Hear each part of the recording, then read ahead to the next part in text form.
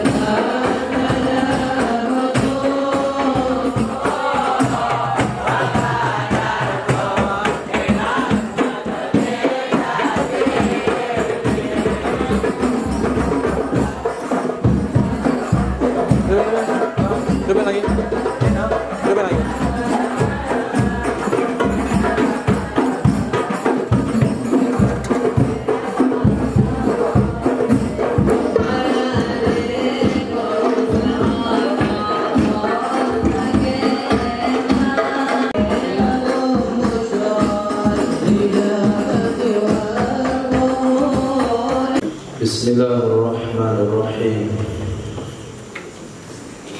Alhamdulillahi rabbil alamin. Wa sallallahu ala sayyidina maulana Muhammadin wa ala alihi wa sahbihi ajma'in. Amma ba'd. Rabbi yassir wa la tu'assir, Rabbi tammim bil khair. Rabbana shrah lana sadurana wa yassir lana umurana wa umural muslimin wa hlul 'uqdatan min lisanina yafqahu qawlana. Bisanadina al-muttasil ila imamil khatimatil hufaz al-imam Jalaluddin As-Sayyidi rahimahullahu ta'ala wa qaddasallahu sirrahu wa adama nafa'a bi ulumih wa barakatihi wa nafahatihi wa madadihi wa karamatihi fid darini amin. Terlanjutkan hadis nomor 5952. Hadis ini berbicara tentang nisab zakat ternak. Di awal hadis kita sudah membaca tentang nisab onta. Kemudian setelahnya nisab sapi. Sekarang hadis membahas tentang nisab kambing. Entah hadis sampai di mana kemarin? Coba cari ini ya, sampai di mana?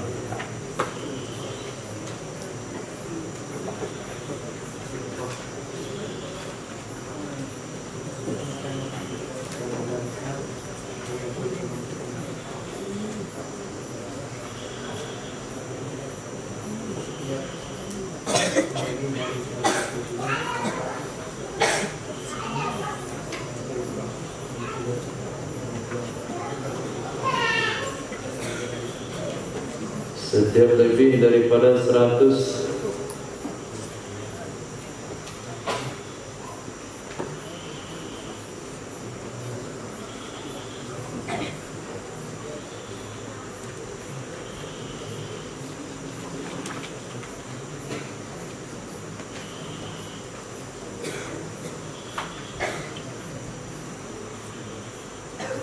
coba caranya yang mana?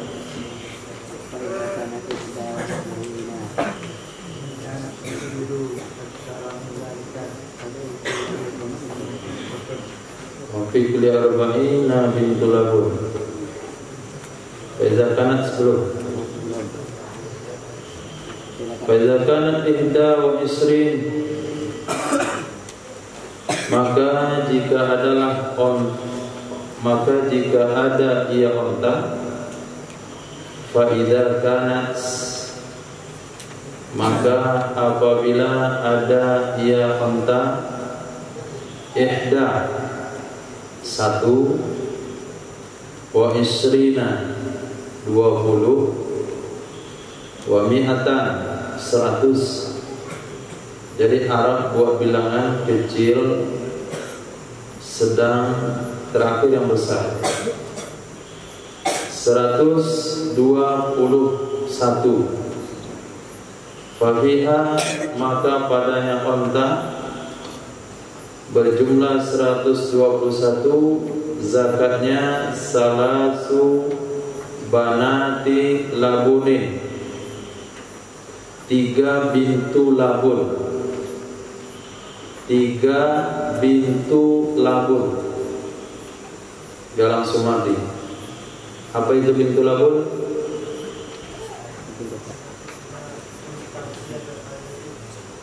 Anak betina unta usia 2 tahun lebih.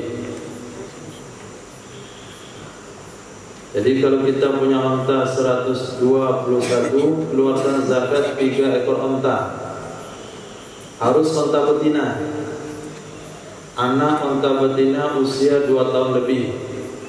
Hatta tablugha, sehingga sampai ia 9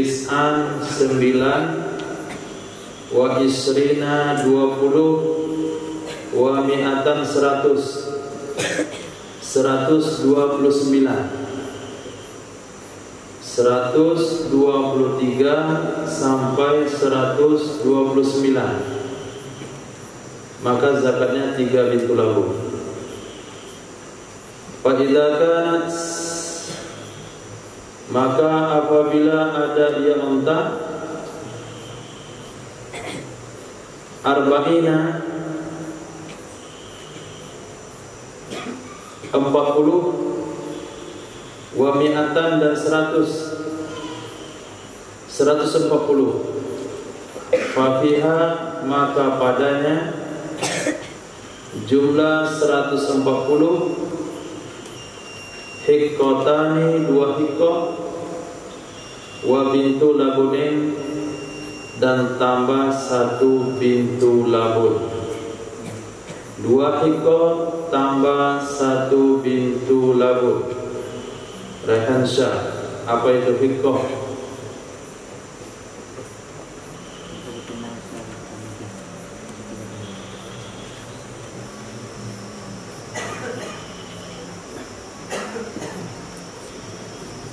Ya, catatan sendiri.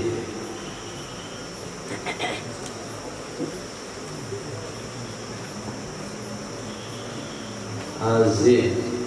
Azim. Apa itu hikoh?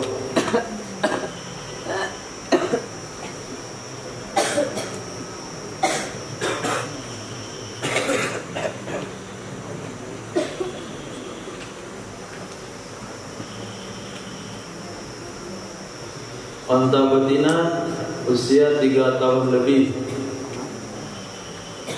Nah, kemarin sudah saya catat. Onta betina usia 3 tahun lebih. Itu disebut dengan hikkoh. Ini bahasa Arab. Kalau bahasa kita enggak, anak onta. Usia sebulan anak onta, usia 2 bulan anak onta, usia setahun anak onta, usia 2 tahun anak onta, usia 3 tahun anak onta, usia 4 tahun unta muda. Tapi Arab tidak, setiap usia 1 tahun unta itu mulai namanya. Mulai pada bintu makhad, bintu labun, hikko, jaza'ah. Kalau bunting sama hamil. Nah, jadi kalau memiliki unta 140, zakatnya 2 hikko, 1 bintu labun. Kenapa? Karena aturannya adalah apabila sudah lewat jumlah 121, maka zakatnya setiap 41 bintu labun, setiap 50 1 hikko. 140 berarti ada 2 hikko, ada 1 bintu labun. Disyarat mesti tamat SD. Maka pelajaran yang penting SD itu 2 saja. 1 berhitung, yang kedua membaca. Daripada itu nggak ada gunanya. Azan.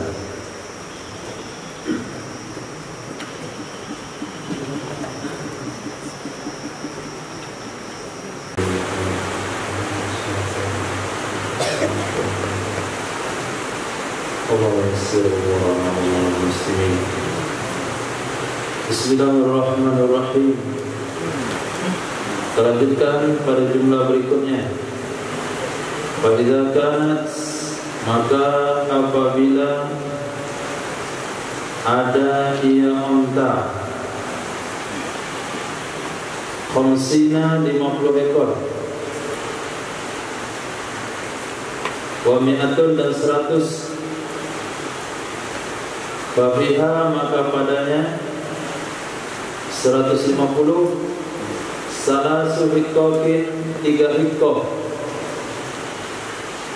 hatta tablugha sehingga sampai ia unta tis'an 9 wa khamsina 50 wa mi'atan 159. Faiza kanat, maka apabila ada ia unta sittina 60 ekor, wa minatan dan 160, fafiha maka padanya jumlah 160, arba'u banati labunin 4 bintu labun, 160.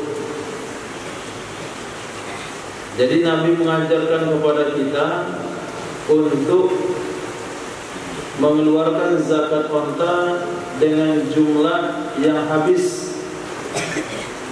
Jangan sampai ada sisa.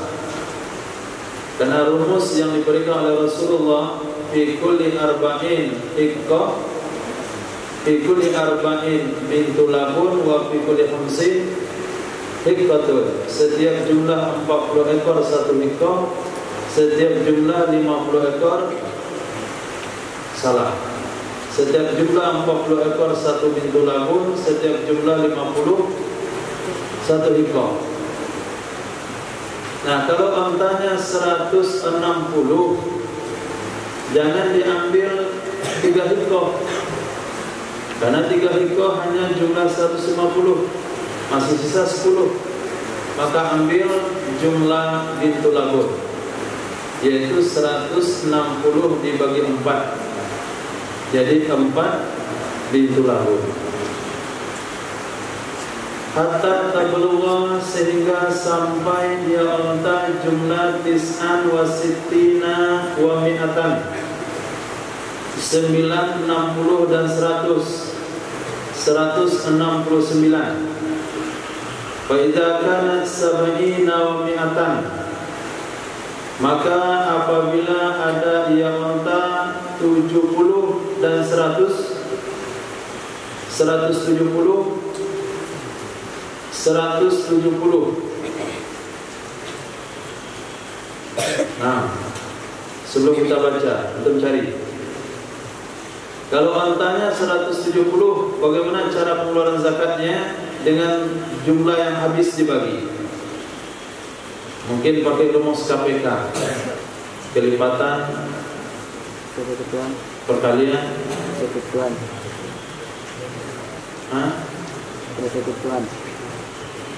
nggak tahu kepanjangannya lagi, lupa. 170 yang bisa dibagi habis dengan jumlah 50 dan 40, boleh digabung, boleh dipisah. Berapa zakatnya? 3 bintu labun 1 hikmah. 3 bintu labun berarti 3 kali 40, 120, sisa 50. 50 zakatnya 1 hikmah, jadi 170. Nah, fafiha, maka zakatnya, dan jangan membaca di kitab. Fafiha, maka padanya 170 salah subanati labunin, 3 bintu labun wa hikmatun tambah 1 hikmah. Hatta tablugha, sehingga sampai ia unta 9 wa sab'ina wa mi'atan, sampai dia unta jumlah 9, 70 dan 100, 179. Fa idza kanat syataini wa mi'atan, syataini sittina, samanina, itu yang betul. Kita sama semua. Tulis samanina, tidak usah salah. Fa in kanat samanina, maka apabila ada yang unta itu 80, wa mi'atan dan 100, 180,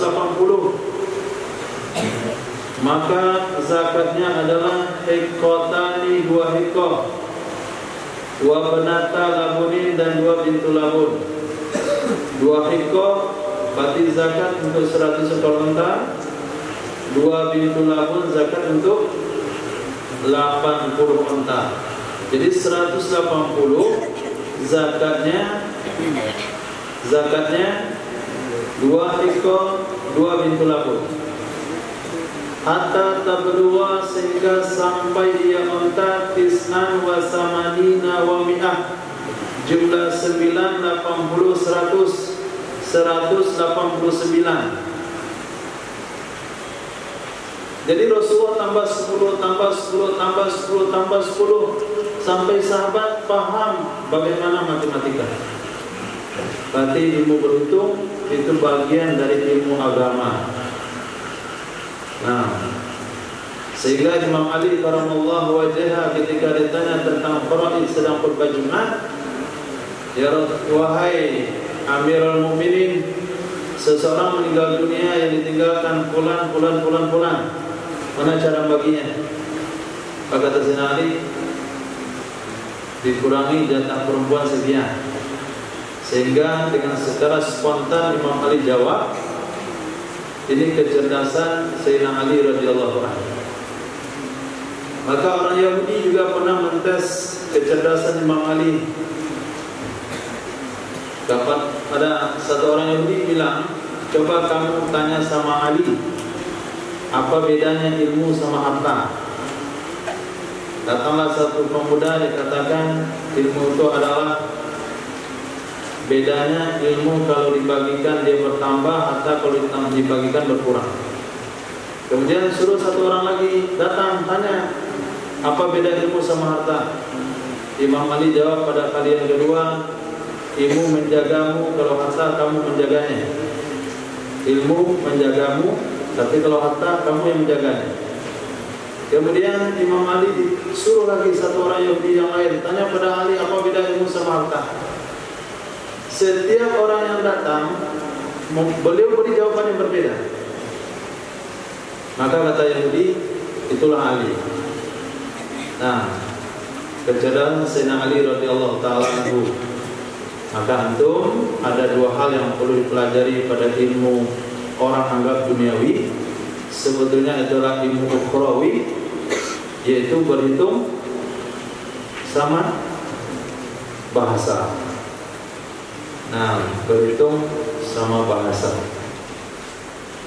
Yang sampai lebih banyak seper-6 dari sepertiga. Ini tafakur. Allah. Bayangkan kalau kita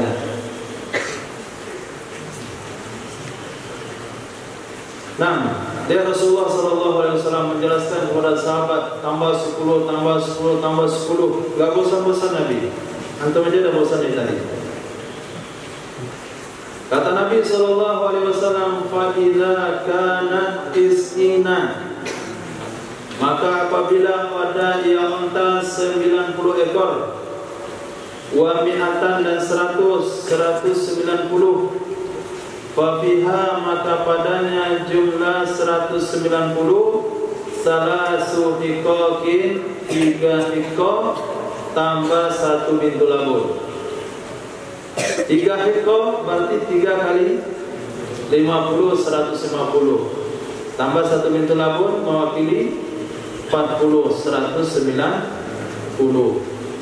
Hatta tablugha sehingga sampai yang unta berjumlah tis'an wa tis'in 99 wa mi'atan dan 199.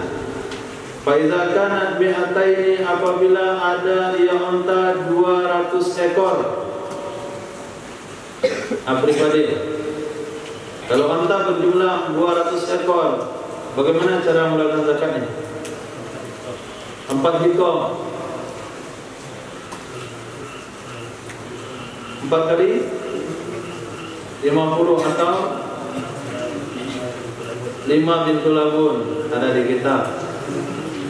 Wafiha maka padanya jumlah 200 arba'u hiko 4 hiko 4 kali 50 200. Al-khamsu banati labunin atau 5 bintu labun 5 kali 40. Ayy sinin wajadta akhazta.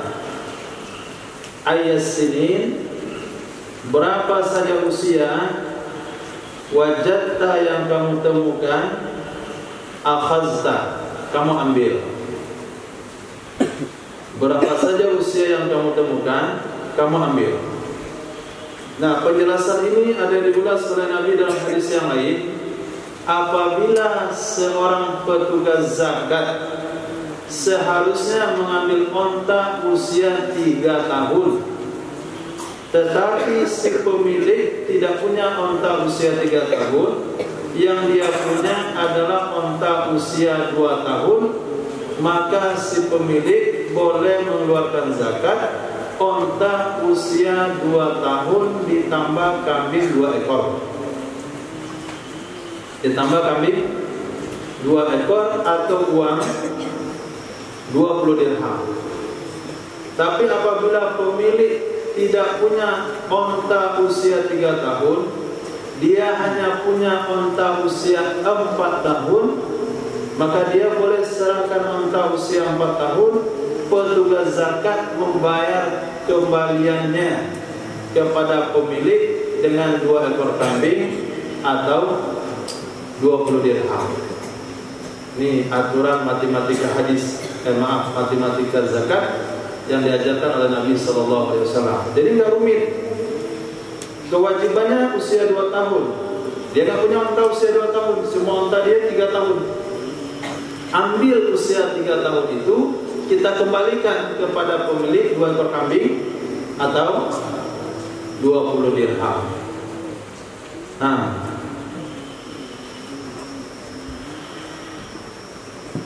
oke, kita ulang dari awal zakat unta. Setelahnya akan masuk zakat kambing. Angga, ada mic? Kasih mic Angga, wireless. Jawab Angga dari awal. 5 ekor unta, 10, 15, 20, 25, 36, 46, 61, 65, 75, 90, 120. Oke, silakan. Agak cepat dikit. Enggak.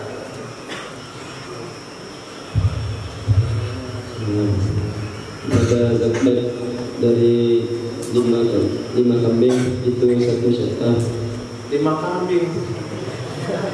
Ini zakat unta bukan kambing. 5 ekor unta.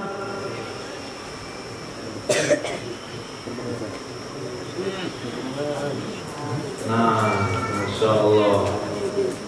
5 ekor unta, 1 ekor kambing. 10 ekor unta, 2 ekor kambing. 50 ekor unta, 3 ekor kambing. 20 ekor unta, 4 ekor kambing. 25 ekor unta, 1 bintu makhad. 25, kemudian 36 ekor unta, 1 bintu labun.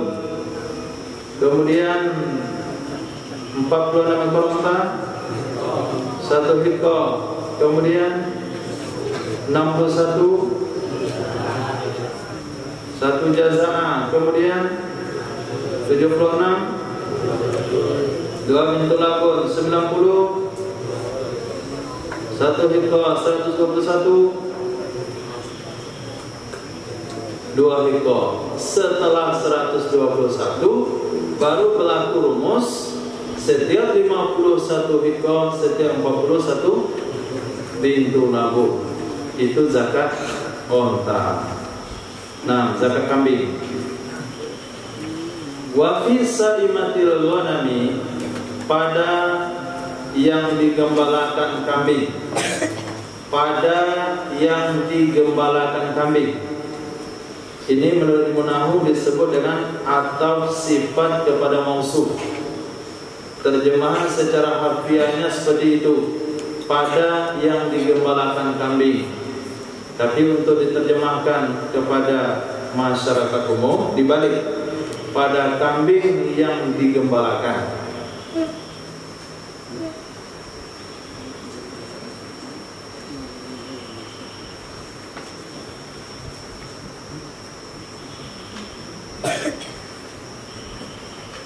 Fi kulli arba'ina syatan syatun, pada setiap 40 ekor kambing 1 syah. Pada setiap 40 ekor kambing 1 syah. Syah itu adalah biri-biri usia 1 tahun lebih atau kambing kacang usia 2 tahun lebih. Itu disebut dengan syah. Ila isrina wa mi'atin, hingga jumlah 20 dan 100. 120 hingga jumlah 120. Seulang. Tidak, perhatikan baik-baik bahasanya. Pada kambing yang digembalakan, fi kulli arba'ina, pada setiap jumlah 40 ekor, satun, zakatnya 1 syah. Sampai kapan? Sampai jumlah 121. 120. Nah, Zahra, 40 ekor kambing, berapa zakatnya? 1 ekor. apripadil. Kalau seseorang memiliki kambing 80 ekor, berapa zakatnya? Berapa? 1 syah. Mufa. Seseorang memiliki kambing 120 ekor, berapa zakatnya? Berapa? 4 syah. Apa? 1 syah. Nah, 40 punya kambing, zakatnya 1 ekor. 80 kambingnya, zakatnya juga 1 ekor. 120 kambingnya, tetap zakatnya 1. Namun orang yang memungut zakat, dia harus membedakan 1 ekor kambing yang diambil dari jumlah 40 itu tidak sama dengan kambing yang diambil dari jumlah 80, tidak sama dari kambing yang diambil dari jumlah 120. Abrol punya kambing 120 ekor, Habib punya kambing 80, Ibrahim punya kambing 40. Datang petugas zakat Furqan, nah sama Husain. Nah, maka datang sama Abrol, antum ambil kambingnya yang agak besar. Datang sama Habib agak kecil dikit. Datang sama Ibrahim lebih kecil lagi. Tapi usianya sama, yaitu usia 2 tahun lebih. Nah, fa in zadat wahidatun, maka apabila berlebih 1 ekor, maka jika bertambah 1 ekor, fasyatani, maka zakatnya 2 syah, ilal mi'ataini, sampai jumlah 200, sampai jumlah 200. Ilham. Kambingnya 150 ekor, berapa zakatnya? Kambingnya 190 ekor, berapa zakatnya? Kambingnya 200 ekor, berapa zakatnya? 2 syah. Fa iza dan alal mi'ataini, maka jika bertambah ia kambing melebihi 200, fa iza dan, maka jika bertambah ia kambing alal mi'ataini, lebih dari 200, baik bertambahnya 1, 201, 202, fa fiha, maka padanya 200 lebih, salasun, 3 syah. Salasun, 3 syah. Rashid, kambingnya berjumlah 290 ekor, berapa zakatnya? 3 syah. Ila salasi mi'atin, sampai jumlah 300, sampai jumlah 300. Fa in kanatil ghanamu aktsara min dzalik, maka jika adalah kambing aktsara min dzalik, lebih dari itu, lebih dari 300, fa fi kulli mi'ati sadin satun, maka pada setiap jumlah 100 ekor kambing 1 syah. Fafi, maka pada setiap kulli mi'ati satin, 100 ekor kambing, satun, 1 syah. Laisa fiha syai'un, tidak ada padanya kambing kewajiban apapun sehingga dia sampai 100. Laisa fiha, tidak ada padanya hewan kambing, syai'un, kewajiban apapun sehingga dia sampai jumlah 100. Naufal, kambingnya 500, berapa zakatnya? Naufal Pariaman,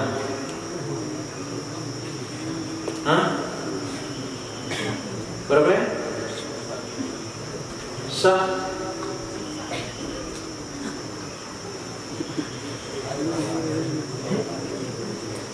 Pakai jari berapa?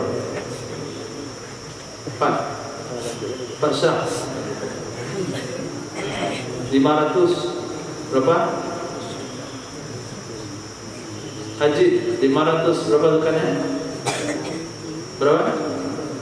5 syak. Abdullah Jabar 1000 ekor kambing berapa zakatnya? Hah? 10 syak. Nah, Aldo, seseorang memiliki kambing 1000 ekor. Dia kambing itu tidak pernah digembalakan. Setiap pagi disabiti rumput, pagi makan, siang makan, sore makan. Bertahun-tahun ke kambing makan, tetap dia kambing, gak berubah-ubah. Jumlahnya 1000 ekor. Berapa zakatnya? Berapa? Hah? Apa? Ihsan, coba dengarkan. Apa kata Allah?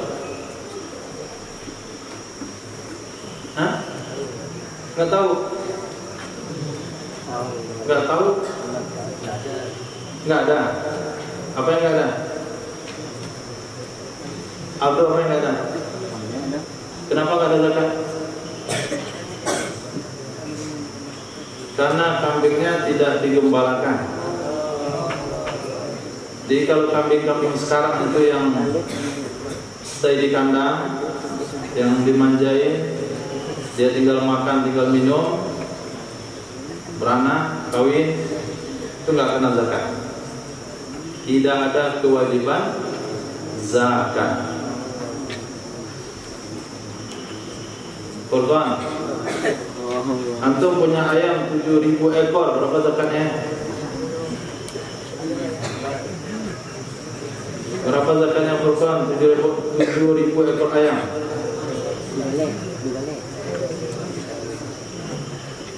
Korban berapa zakatnya? Ayamnya nggak di kandang, digembalakan.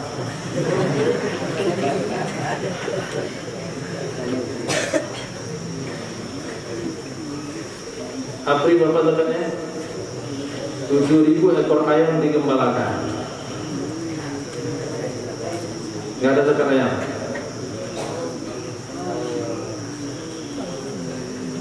Oke, kita lanjutin. Wala yufarraqu baina mujtama'. Tidak dipisah antara yang bergabung. Wala yujma'u baina mutafarriq. Tidak digabungkan antara yang terpisah. Makhafatas sedekah, karena khawatir kena zakat. Tidak dipisah yang tergabung, tidak digabung yang terpisah, karena khawatir dari zakat. Ini juga pembahasan fikih. Perhatikan, tetapis. Contoh. Nah, contoh Vigo punya kambing 20 ekor. Ada zakat?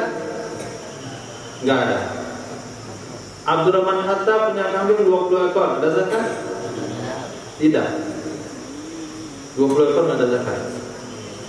Tapi mereka ini bersepakat kambingnya digabung.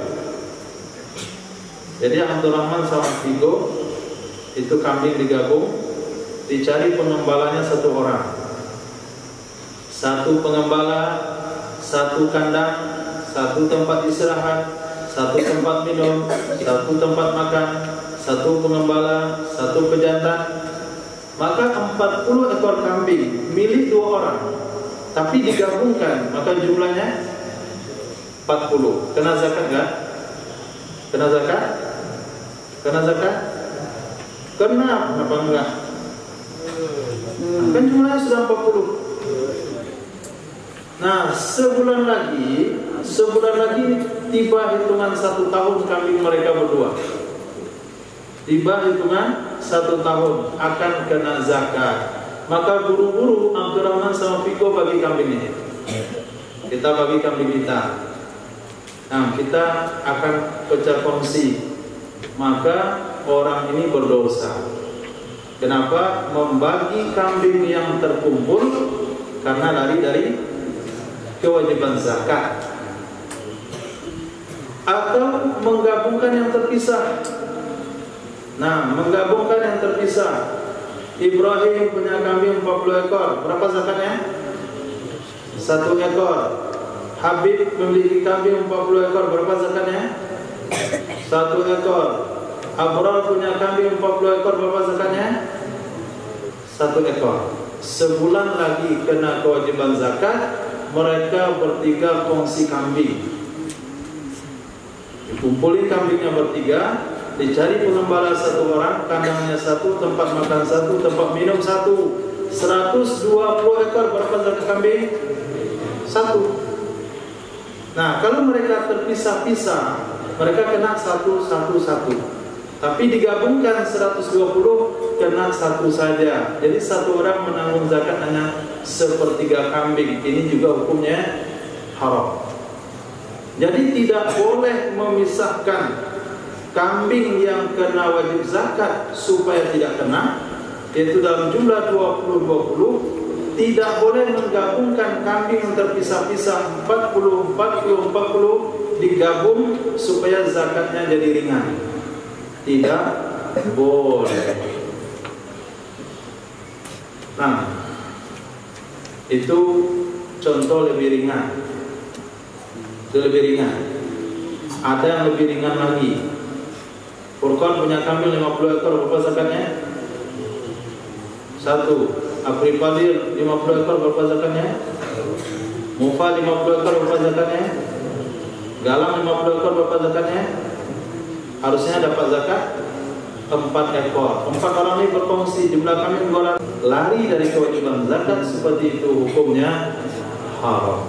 Begitu juga ketika seseorang punya kambing 40 ekor, 2 hari lagi kena kewajiban zakat, dijual kambingnya 1 ekor sehingga jumlahnya 39 dan tidak terkena zakat, hukum jual belinya sah. Tapi kalau niatnya lari dari kewajiban zakat, hukumnya haram. Tapi apabila sudah sampai 1 tahun dia jual 1 ekor, maka dia jual ke 40 ekor kambingnya, maka 39 jual belinya sah. 1 ekor kambing jual belinya batal karena itu adalah hak fakir miskin. Itu beberapa uraian di dalam kitab fikih tentang zakat hewan ternak. Wa makana, ini dalil yang mengatakan kambing yang dikumpulkan zakatnya 1. Wa makana min khalitaini, dan apa saja yang adalah ia, maksudnya hewan yang ada ia dari 2 orang yang mencampurkan, dari 2 orang yang menggabungkan, fa innahuma, maka sesungguhnya kedua-duanya 2 orang yang menggabungkan hartanya, yataraja'ani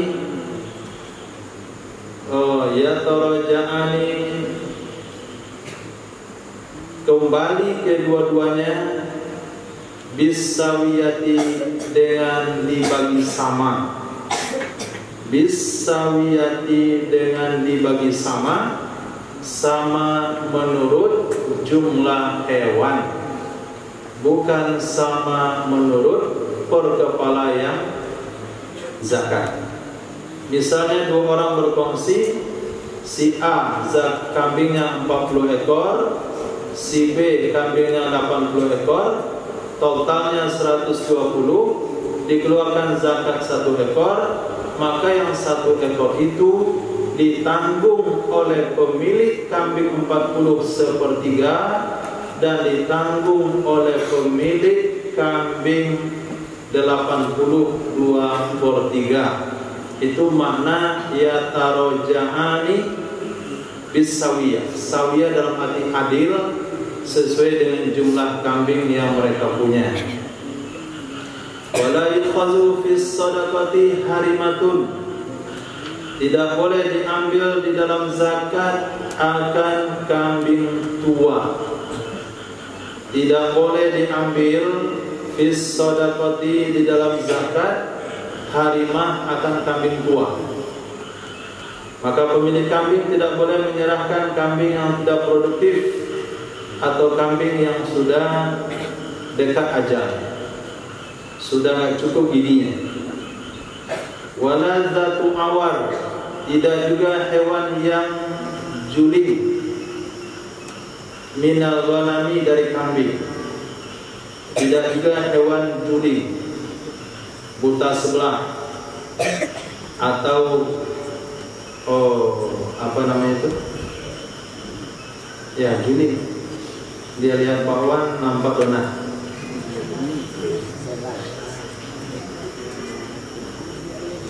Wala taisul ghanam, tidak juga pejantan kambing. Tidak juga pejantan kambing,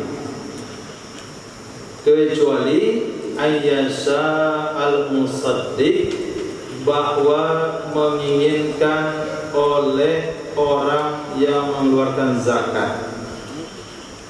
Kalaulah hewan yang diambil itu hewan bagus, kualitasnya tinggi, lebih gemuk, lebih besar, secara hukum tidak boleh.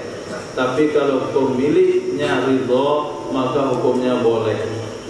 Seperti riwayat yang diceritakan, ada dua orang di zaman Nabi SAW yang hidup miskin. Kemudian satu orang diberikan meminta doa kepada Nabi supaya kaya. Jadilah dia orang kaya, disebut dengan Tha'labah. Akhirnya tinggallah di pinggiran kota Madinah. Kemudian dia sholat bersama Nabi 3 waktu saja. Kambingnya semakin banyak keluar dari kota Madinah, hanya hadir sholat Jumat saja. Kemudian semakin banyak kambingnya, semakin jauh dari kota Madinah, akhirnya nggak sholat lagi. Artinya nggak sholat ke Madinah. Ketika tiba kewajiban zakat, Nabi kirimlah pemungut zakat kepada si Tha'labah. Dia tidak mau membayarkan zakatnya. Akhirnya dia menyesal. Kemudian dihantarkan zakatnya kepada Nabi. Nabi tidak terima zakat si Tha'labah. Dihantarkan zakat kepada Sayyidina Abu Bakar. Sayyidina Abu Bakar tidak terima. Kemudian digantikan khalifah oleh Sayyidina Umar bin Khattab. Dihantarkan zakatnya kepada Sayyidina Umar. Sayyidina Umar juga tidak terima. Itu salah satu orang munafik. Ahli sejarah mengatakan itu adalah munafik. Nabi tidak terima zakatnya. Tapi dalam waktu yang sama ada satu orang lagi yang namanya serupa. Ketika datang pemungut zakat dari Nabi SAW, beliau memberikan hewan yang paling bagus dari yang dia punya. Maka berdasarkan hadis tersebut, kata pemungut zakat, kami dilarang oleh Nabi mengambil hewan yang paling bagus. Tapi kata yang punya kambing, saya sengaja dan ikhlas dan ridho menyerahkan yang terbagus untuk Allah dan Rasulnya. Jadi secara hukum fikih nggak boleh. Tapi kalau pemiliknya yang mau, nggak ada masalah. Illa ayyasha al-musaddiq, kecuali bahwa menginginkan oleh orang yang membayar zakat. Titik hadis sahih. Nah, seperti inilah uraian di dalam kitab fikih, nggak ada bedanya. Kalau kita baca kitab fikih tentang bab zakat hewan ternak, zakat kambing, zakat unta, zakat sapi, persis seperti hadis ini. Tapi tidak disebutkan riwayat itu hadis Nabi. Tapi babu sadaqatil mawasi, babu sadaqatil ibili, babu sadaqatil ghanami, babu sadaqatil baqari. Itu teks copy paste dari hadis Nabi SAW. Lalu Salafi katakan, untuk apa ikut kitab-kitab ulama mazhab? Nah, kagak tahu dia itu adalah teks dari hadis Nabi Sallallahu Alaihi Wasallam. Maka tugas antum hari ini untuk menyampaikan kepada umat bahasanya kitab fikih itu adalah inti sari hadis Nabi. Nah, kalau untuk menyampaikan seperti itu mudah, tapi harus antum bisa buktikan ini pembahasan fikihnya, ini hadisnya, ini pembahasan fikihnya, dan ini hadisnya. Untuk merujuk itu mesti 11 kitab hadis minimal. Nah, 11 kitab hadis. Kita sudah baca dari pagi jam 6 subuh sampai jam setengah 8 kitab Sunan Ibnu Majah, sampai sekarang nggak kamar-kamar. Belum lagi Sunan Abi Daudnya, Tirmizi alhamdulillah, Sunan Abi Daud sudah, Sunan Nasai sudah, Ibnu Majah sedang, Tirmizi sudah tamat, Abu Daud belum, Sahih Bukhari, Sahih Muslim, Muwatta, Mishkat belum, semua itu. Tambah masa.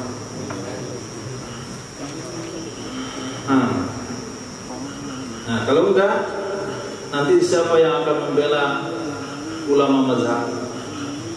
Mereka karang berdasarkan hadis Nabi, datang Salafi tidak wajib bermazhab, harus ikut Nabi Sallallahu Alaihi Wasallam. Nggak tahu dia bermazhab itu sebetulnya ikut hadis Nabi. Maka antum wajib buktikan setiap dalil hukum dalam kitab fikih yang dibaca ada hadis sahihnya. Hussein, cepat selesaikan Quran. Fidiyatil khata'i, pada dia tersalah. Ini fikih lagi, dia tersalah, yaitu pembunuhan tersalah. Isruna hikatan, 20 hikah, 20 hikah. Wa isruna jazaa, 20 jazaa. Wa isruna binta lagunin, 20 bintu lagun. Isruna binta makhadin, 20 binta makhad. Wa isruna binta lagunin, 20 bintu lagun. Wa isruna bani makhad, dan 20 bani makhad, zakarin yang jantan. Bintu makhad, Habib. Bintu makhad adalah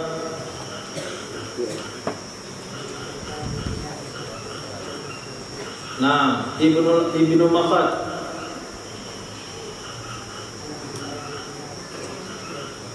Itu labun. Ibnu makhad tidak ada dalam catatannya. Nah, ibnu makhad angka jantan, bintu makhad angka betina. Makhadnya itu sama, usia 1 tahun lebih sedikit. Titik. Fi ta'amil ursi, pada makanan walimah, pada makanan pengantenan. Misqal, itu ada 1 misqal, mirihil jannati, dari bau surga. Pada makanan pengantenan, pada makanan baralek gadang, misqal itu ada 1 misqal dari bau surga.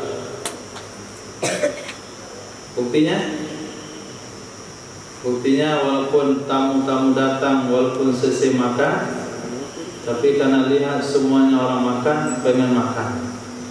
Itu bukti salah satu. Yang kedua, buktinya dia bisa menginginkan apa yang dia mau. Dimasukkan semua jenis lauk pauk, mulai pada wadah 1 sampai wadah terakhir. Walakum fiha ma tastahi anfusukum. Tinggal banyak-banyak, dikit misqal, ada sedikit bau surganya. Kata Imam Abdurrauf Al-Manawi, Allah lah yang tahu dengan maksud Rasulullah. Apa maksud yang sebenarnya di makanan pengantenan itu ada bau surga? Fi ajwatil aliyah, pada korma ajwa. Pada korma ajwa al-aliyah, dataran tinggi Madinah. Dataran tinggi Madinah adalah bagian kota Madinah yang mengarah ke Najd. Itu kata beliau. Dataran kota Madinah, dataran tinggi kota Madinah yang arah ke Najd. Nanti anda melihat di peta. Nah, buah korma yang tumbuh di tempat itu, buah korma ajwa yang tumbuh di dataran tinggi kota Madinah, awalul bukra, di awal pagi hari. Awalul bukrati, di awal pagi. Ala rikin nafasi, atas air liur nafas. Atas air liur nafas. Sifaun, itu obat. Min kulli sihrin, dari setiap sihir. Au summin, atau racun. Nah, di sini ada cara makannya. Kemudian tertentu pula ajwahnya. Bukan setiap korma ajwa, tapi korma ajwa yang tumbuhnya di dataran tinggi kota Madinah arah ke Najd. Nah, untuk memastikan itu harus datang ke kebunnya. Yang kedua, cara makannya adalah di pagi hari sebelum minum dan makan apapun. Itu makna kalimat rikin nafas, air liur nafas. Pagi hari pas sholat subuh, sudah gosok gigi, belum makan, belum minum, makan korma ajwa tersebut dengan niat obat dari sihir, obat dari keracunan, itu akan disembuhkan oleh Allah Subhanahu wa taala. Hadis sahih.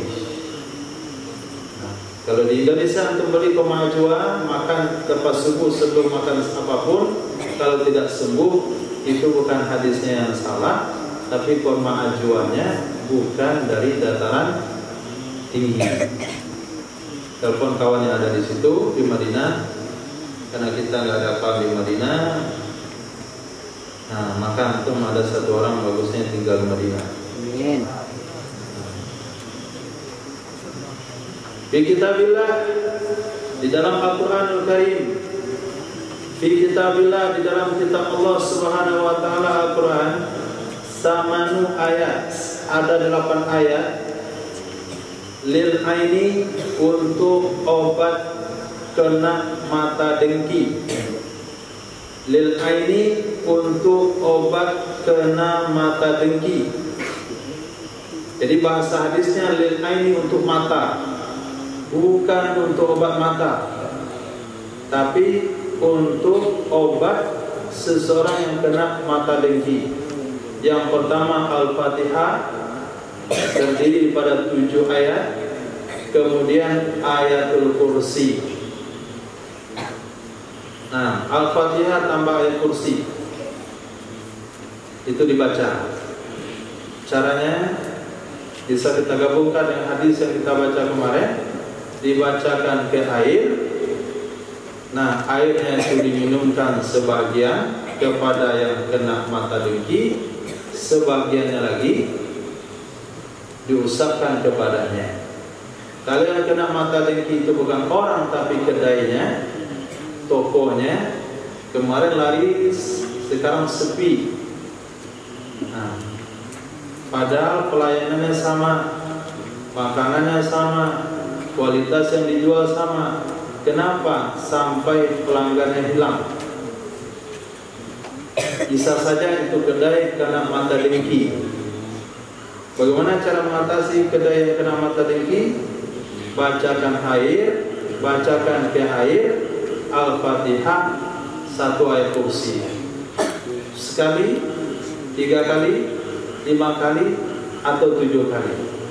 Yang penting hitungnya ganjil. Innallaha witrun yuhibbul witra. Selepas dibacakan, siraman air tersebut ke sekeliling tempat yang kena mata dengki. Kemudian hewan ternak antum makanannya sama, minumannya sama, cuaca nggak ada yang berbeda, tapi kurus-kurus semuanya. Kemarin gemuk-gemuk, sekarang udah mulai kurus-kurus, sakit-sakitan. Bisa saja ada pengunjung yang datang mau beli kambing, itu dia melihat dengan mata dengki. Ambil air, siramkan ke kambingnya, kandang kambingnya, ke kambingnya, minumkan juga ke kambingnya, termasuk petugas kambing. Nah, Nabi bersabda untuk mengobati, mengatasi kena mata dengki ada 8 ayat dalam Al-Quran. Al-Fatihah 7 ayat tambah 1 ayat kursi. Bikuli isyaratin, pada setiap isyarat. Fis salati, di dalam salat, asra hasanat, ada 10 kebaikan. Pada setiap isyarat di dalam salat ada 10 kebaikan. Isyarat yang dimasukkan di sini adalah mengangkat telunjuk ketika membaca illallah. Asyhadu an la ilaha illallah. Illallah, angkat telunjuknya, jangan diturunkan. Kapan diturunkan? Setelah salam ke kiri dan ke kanan. Assalamualaikum warahmatullahi. Assalamualaikum warahmatullahi. Telunjuknya diturunkan. Bukan sebelum salam, tapi setelah salam. Nah, setiap kita mengangkat telunjuk, satu telunjuk yang diangkat itu pahalanya 10 kali kebaikan. Satu kebaikan dibalas oleh Allah 10. Jadi mengangkat telunjuk di dalam sholat itu ada 100 pahala. Telunjuk. Maka perlu bagi pelajar agama, terutama yang belajar hadis, terutama yang belajar fikih, bukan asalan dalam sholat dalam hal memposisikan jari jemari. Bukan asalan. Betul-betul diperhatikan, tidak rapat, tidak renggang, sedang. Kemudian diangkat betul-betul pas, sejajar dengan yang lunak di telinga. Kemudian waktu diletakkan, waktu sujud, itu masih sejajar dengan telinga. Letakkan tangan, letakkan kepala di tempat sujud, sejajar juga posisinya.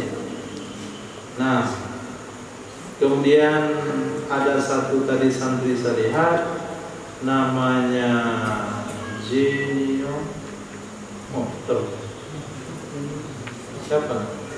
Sergio. Nah, Sergio waktu sholat ba'diyah zuhur, waktu sujud yang nempel di lantai hanya jempolnya saja. Nah, ini musibah bagi orang yang punya jempol panjang. Kalau jempol kakinya lebih panjang, itu sujudnya agak kacau balau. Tolong perhatikan baik-baik. Waktu sujud minimal ujung jari kaki 3 jari nempel ke lantai. 3 jari. 1 jari batal, 2 jari batal, 3 jari baru sah. Kenapa mesti 3 jari?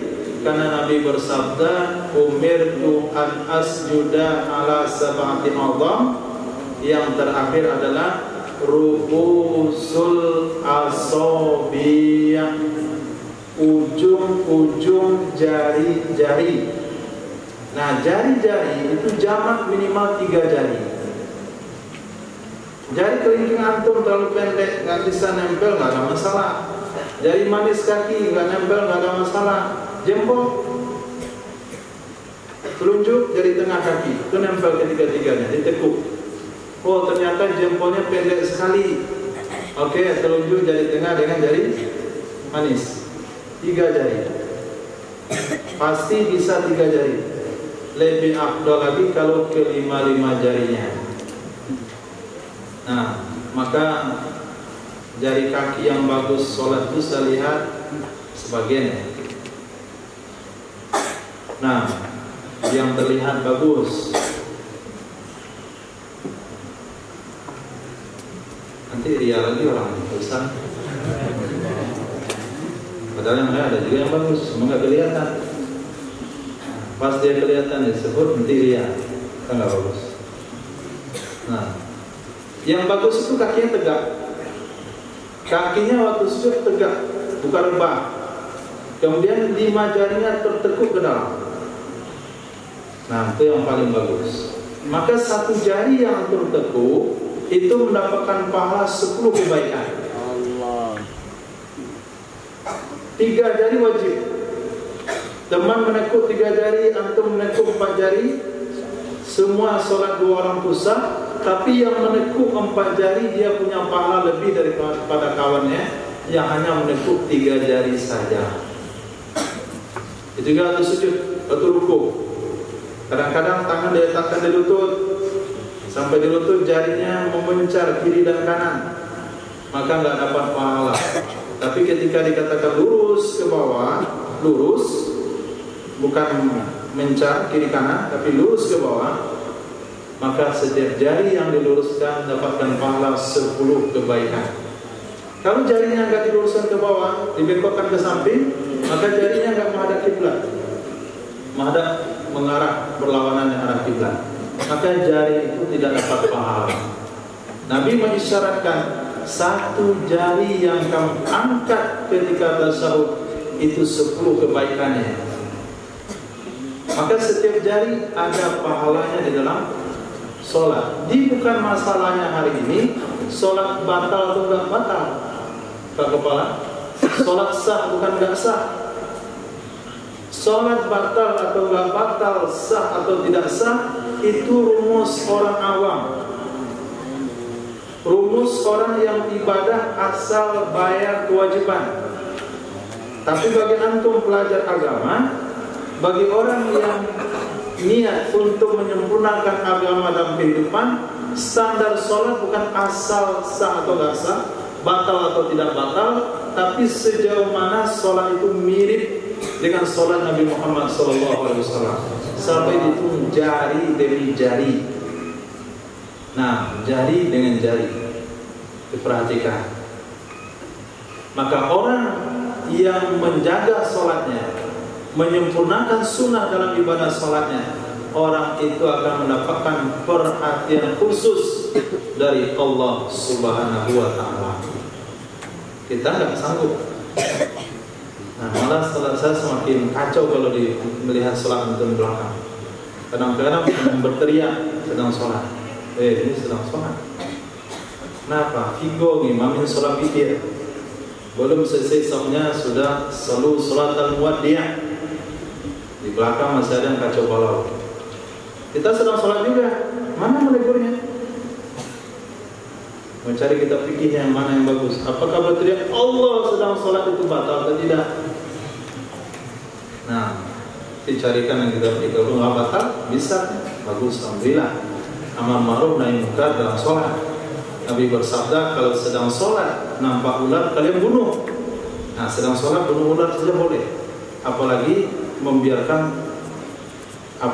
menegur orang sedang sholat. Saya rasa boleh, karena Nabi SAW menarik telinga Sayyidina Abdullah bin Abbas yang berdiri di kiri beliau dalam sholat tahajud berjemaah. Jadi kalau kita sedang sholat ada kawan sholatnya nggak betul, boleh kita tarik. Nah, kalau berteriak boleh nggak? Yang takbir. Itu mau cari dalilnya.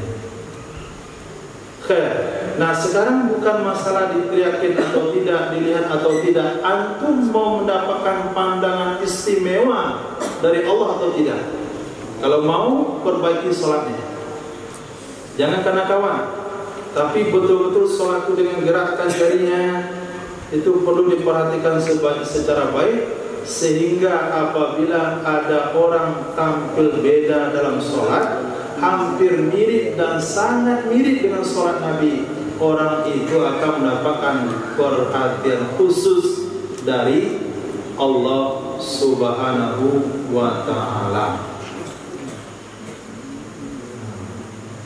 Siapa yang kemarin yang wudhunya belum betul? Nanti baru?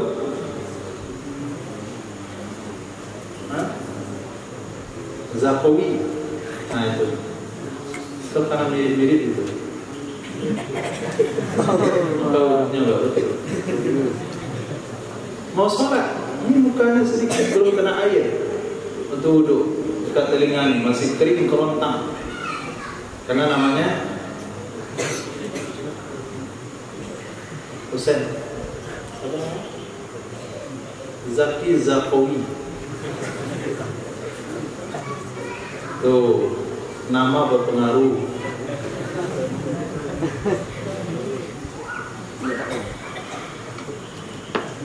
Fi kulli zati kabidin, pada setiap jantung yang panas.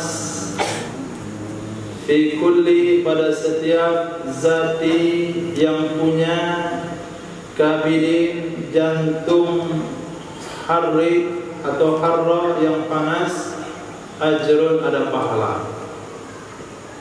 Ngasih makan kucing ada pahala. Nah, ngasih makan ikan tidak ada pahala.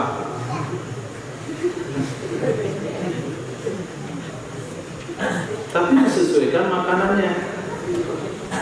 Ini nasi atau nasi ke sapi, nggak ada pahalanya. Sapi nggak makan nasi. Nah, ikan tidak makan sambal. Nah, ikan hanya makan nasi putih saja, nggak pakai sambal.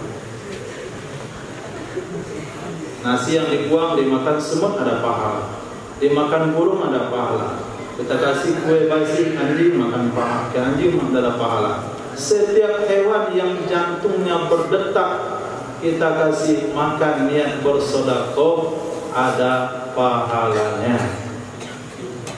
Termasuk kata Imam Junaid Al-Baghdadi rahimahullah ta'ala, ketika beliau temu dalam mimpi, kata beliau, hilang semuanya rakaat-rakaat sholat yang banyak, hilang semuanya pahala karangan-karangan yang banyak. Saya mendapatkan rahmat dari Allah Subhanahu wa ta'ala karena membiarkan lalat meminum tinta sebelum saya menulisnya. Nah, jadi pahala itu memang ada di setiap kulli raka'ataini taslimatun, pada setiap 2 rakaat 1 kali salam. Itafakuh tidak termasuk dalil salat tarawih itu 2 rakaat, hadis sahih. Argumen antum untuk membetulkan amalan umat, meyakinkan kepada umat tarawih jangan 4-4 tapi 2 rakaat sekali salam. Tambahan dalilnya adalah hadis riwayat Imam Ibnu Majah, keadaan hadisnya, status hadisnya sahih. Nabi bersabda, fi kulli rak'ataini taslimatun, pada setiap 2 rakaat sekali salam, kecuali sholat yang sudah ditetapkan oleh Allah sekali salamnya 3 rakaat seperti maghrib, 4 rakaatnya sekali salam seperti sholat wajib zuhur, asar dan isya. Fi kulli rak'ataini tahiyyah, pada setiap 2 rakaat ada tahiyat. Pada setiap 2 rakaat ada tahiyat. At-tahiyyah. Fi kulli rak'atin tasyahudun, pada setiap rakaat ada tasyahud. Wa taslimun, dan mengucapkan salam. Alal mursalin, kepada para rasul. Wa alaman, dan kepada orang-orang tabi'ahum, yang mengikuti ia akan mereka. Min ibadillahis sholihin, dari hamba-hamba Allah yang soleh. Hadis ini dhaif, maka ulama Syafi'iyah tidak mengambil hukum dari hadis ini, tidak mengambil hukum dari hadis ini. Fi kulli qarnin min ummati sabiqun, pada setiap generasi, qarnin itu maknanya 100 tahun, pada setiap 100 tahun, min ummati, dari umatku, sabiquna, ada orang-orang yang terdahulu, ada orang-orang yang telah terdahulu. Terdahulu dalam hal apa? Terdahulu dalam mengikuti mujaddid dalam setiap tahunnya. Di awal pangkal setiap 100 tahun dari umat itu ada mujaddid yang diutus oleh Allah Subhanahu wa taala. Mujaddid maknanya pembaharu. Pembaharu bukan dalam artian memperbaharui Quran, bukan memperbaharui hadis, bukan memperbaharui hukum hakam, tapi memperbaharui metode dalam penerapan hukum, memperbaharui metode dalam pengamalan agama, memperbaharui metode di dalam menyempurnakan amal agama. Maka kata ulama, Imam Syafi'i itu dianggap seorang mujaddid. Mujaddid dalam hal apa? Mujaddid di dalam belajar atau menetapkan aturan-aturan mengambil hukum dari Quran dan hadis. Kemudian Maulana Ilyas rahimahullahu ta'ala, ulama katakan itu juga mujaddid dalam menerapkan agama kepada umat. Nah, dari setiap mujaddid itu ada sabiqunnya. Ada orang-orang yang terdahulu mengambil bagian mengikuti seorang mujaddid tersebut. Maka mujaddidnya Imam Syafi'i adalah murid-murid yang setia dengan beliau. Maka mujaddidnya Maulana Ilyas rahimahullahu ta'ala adalah orang-orang mewah yang ikut pertama dengan beliau. Itu namanya sabiqun. Nah, bukan pembaharu dengan makna membawa efek negatif. Ada juga yang mengatakan Muhammad Rashid Ridha. Satu lagi, siapa nama kawannya?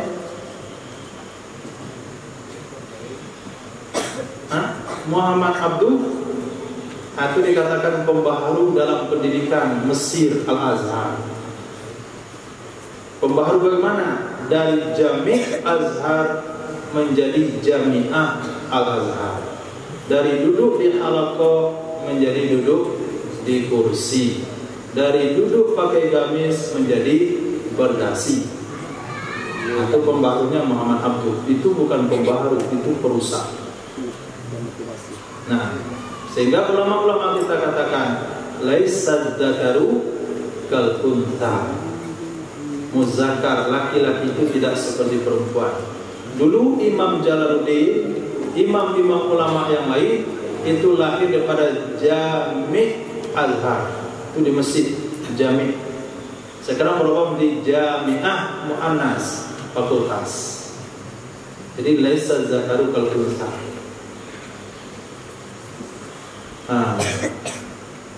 Maka kita tidak berubah metodenya, tetap duduk di atas halaqah, tidak pakai meja.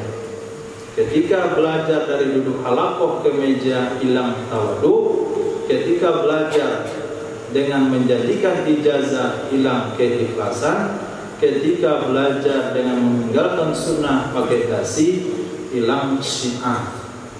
Akhirnya apa? Tidak terlihat syiar dari pelajar agama. Tidak ada keikhlasan dari pelajar-pelajar agama. Kenapa dia belajar bukan mendapatkan ilmu, tapi detail. Mereka katakan pembaharu, tapi ulama-ulama tidak mengatakan pembaharu. Mereka katakan perusak.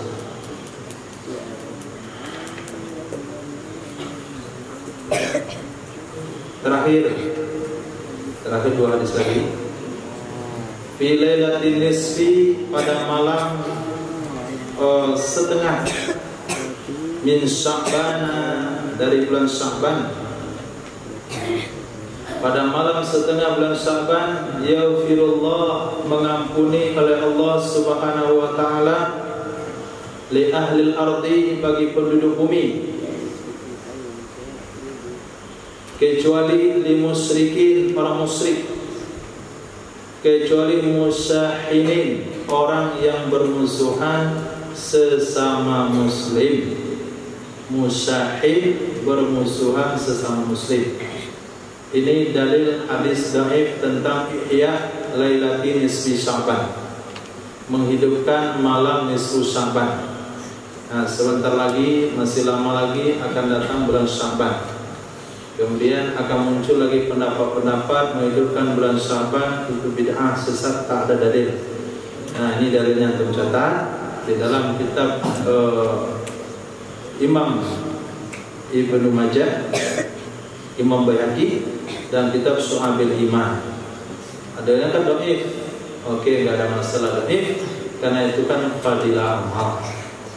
Bilailatin nisfi min Sya'ban, pada malam nisfu Sya'ban, yuhillahu, mewahyukan oleh Allah Subhanahu wa taala ila malakil mauti, kepada malaikat maut. Apa wahyu Allah? Biqabdi kulli nafsin, mencabut setiap nyawa, mencabut setiap nyawa, yuridu qabdaha, yang menginginkan ya Allah mencabutnya nyawa, fi tilkas sana, pada tahun tersebut. Maka nyawa-nyawa yang akan dicabut pada tahun 1445 Hijriah itu sudah ditetapkan bulan Sya'ban kemarin. Bulan Sya'ban besok. Bulan Sya'ban besok. Nah, bulan Sya'ban kemarin juga sudah ditetapkan orang-orang yang akan meninggal sampai bulan Sya'ban depan. Itu nyawanya sudah dicabut secara hakikat, sehingga malaikat-malaikat melihat orang yang meninggal sebelum nisfu Sya'ban tahun depan itu tidak ada kepala hari ini.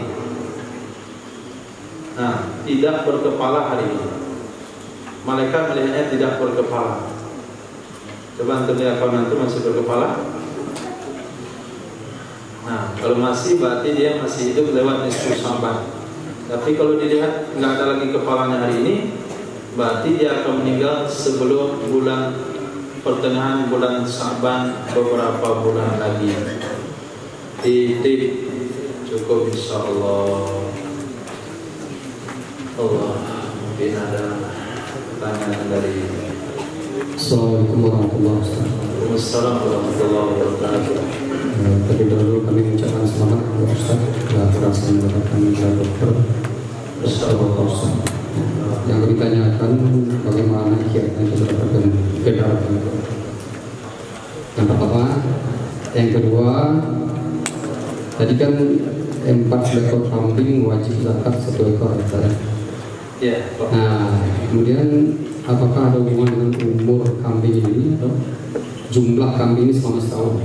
Kemudian ada teman lagi bertanya bagaimana hubungannya dengan wajib korban. Nah, jazakallah. Pertanyaan pertama dong.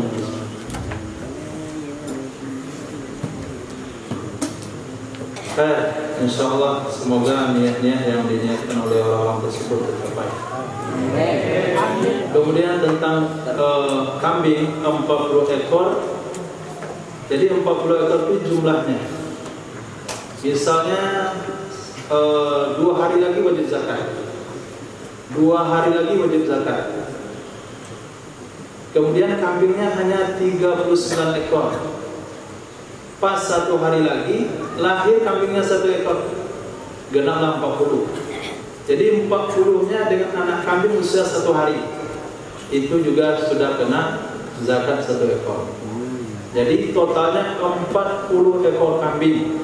Apakah 40 itu kecil-kecil, betina semuanya, jantan semuanya, besar semuanya, sakit semuanya, yang penting asal 40 ekor kambing dalam status hidup dan dia dikatakan masih kambing, maka dia kena zakat 1 ekor usia 2 tahun lebih kalau kambing, 1 tahun lebih kalau biri-biri. Nah, begitu juga dalam korban, begitu juga dalam akikah, begitu juga dalam zakat. Ini semua syaratnya sama. Kalau biri-biri usia 1 tahun lebih, kalau kambing usia 2 tahun lebih, tidak boleh terlalu tua, tidak boleh juling, tidak boleh patah, tidak boleh tengkak, tidak boleh putus anggota tubuhnya, dan tidak masalah patah tanduk. Jadi syarat akikah, syarat kambing korban dengan syarat kambing yang dikeluarkan untuk zakat, syaratnya persis sama, tidak ada bedanya.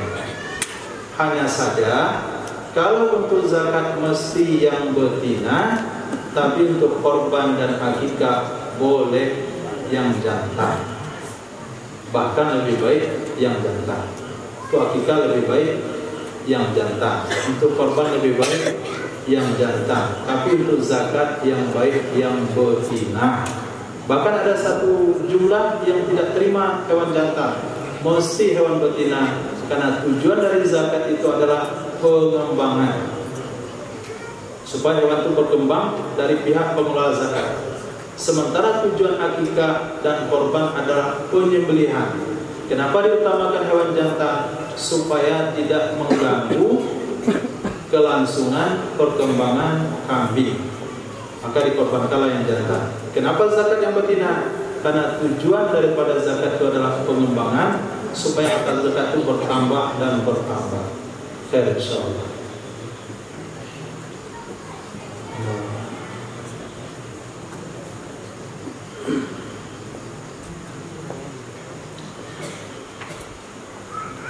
Silakan Bapak. Silakan.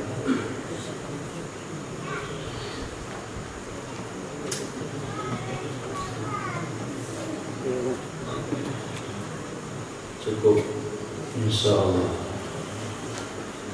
Maaf kalau ada salah dan janggal. Subhanallah wa bihamdi. Subhanakallahumma wa bihamdika asyhadu an la ilaha illa anta astaghfiruka wa atubu ilaik. Subhanaka rabbil izzati amma yasifun. Wassalamu ala mursalin. Walhamdulillahi rabbil alamin.